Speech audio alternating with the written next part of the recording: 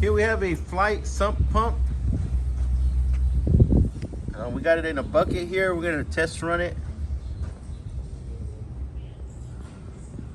It's hooked up to 480 three-phase power, and it's connected to this control box right here.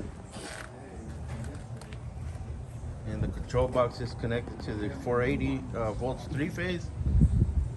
I'll go ahead and turn it on and show you that it works.